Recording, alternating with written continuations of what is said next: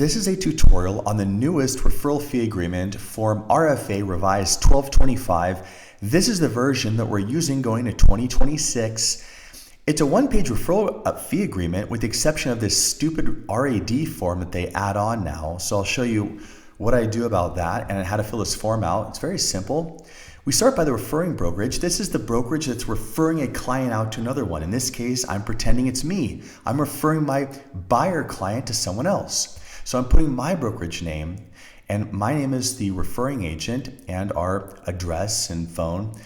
And now who's going to represent this referral? It used to be called recipient broker, which I think makes more sense because they're receiving the referral. Now it's called representing broker. Okay, fine, we can manage.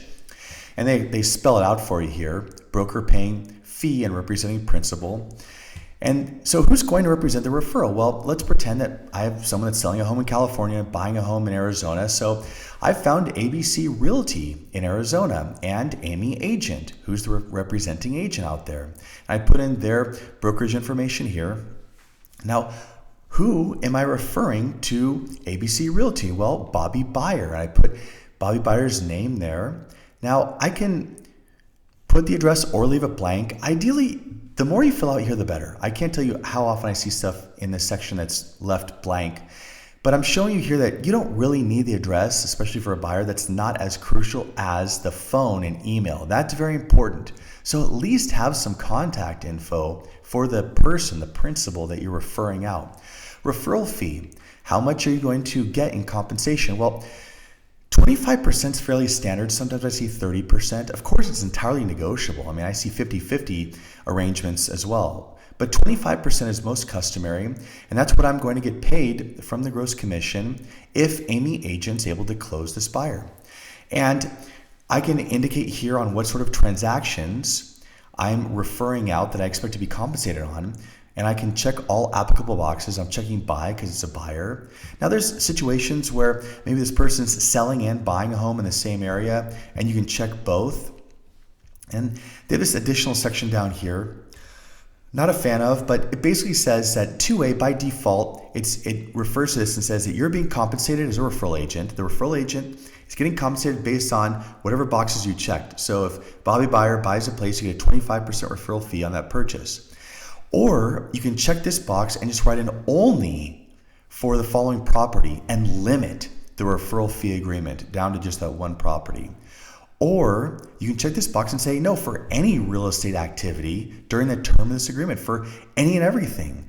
And make sure if you check this box in 2C that you check all the corresponding boxes up here. Referral period, how long is this form valid for? Well, by default, it's 12 months. I'm going to leave it alone, but you can change this, of course. You can write in whatever you want right there. And you're getting paid upon recording when your